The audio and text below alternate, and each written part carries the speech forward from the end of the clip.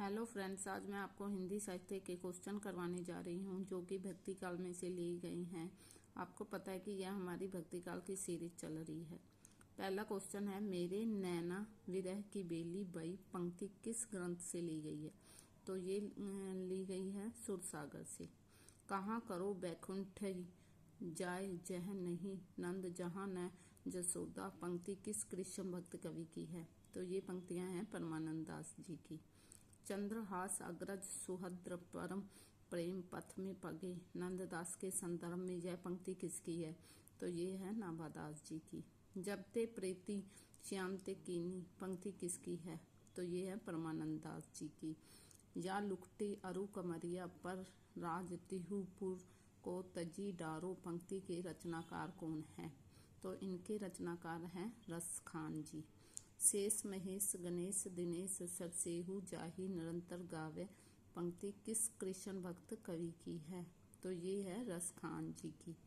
राम भक्ति का आदि स्त्रोत ग्रंथ है।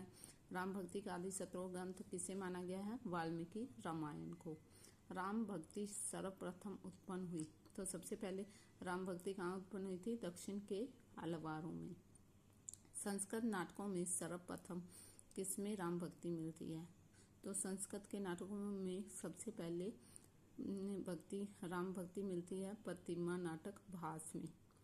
उत्तर भारत में राम भक्ति को प्रचारित करने का श्रेय किसे है?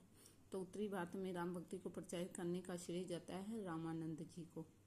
राम भक्ति परंपरा में रसिक भावना के समावेश का श्रेय किसे दिया गया है? तो ये दिया गया है अग्रदास जी को। मीरा किस दार्शनिक सिद्धांत में दीक्षित हुई? तो मीरा किसी में भी दीक्षित नहीं हुई। तुलसी का सारा काव्य समन्वय की विराट चेष्टा है। तुलसी के संदर्भ में यह कथन किस आलोचक है? तो ये है हजारी प्रसाद द्विवेदी जी का।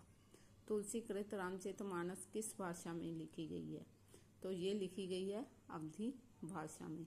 अगर वीडियो पसंद आई हो तो लाइक करें, सब्सक्राइब करें, शेयर करें और प्यारा सा कमेंट करें। Thank you.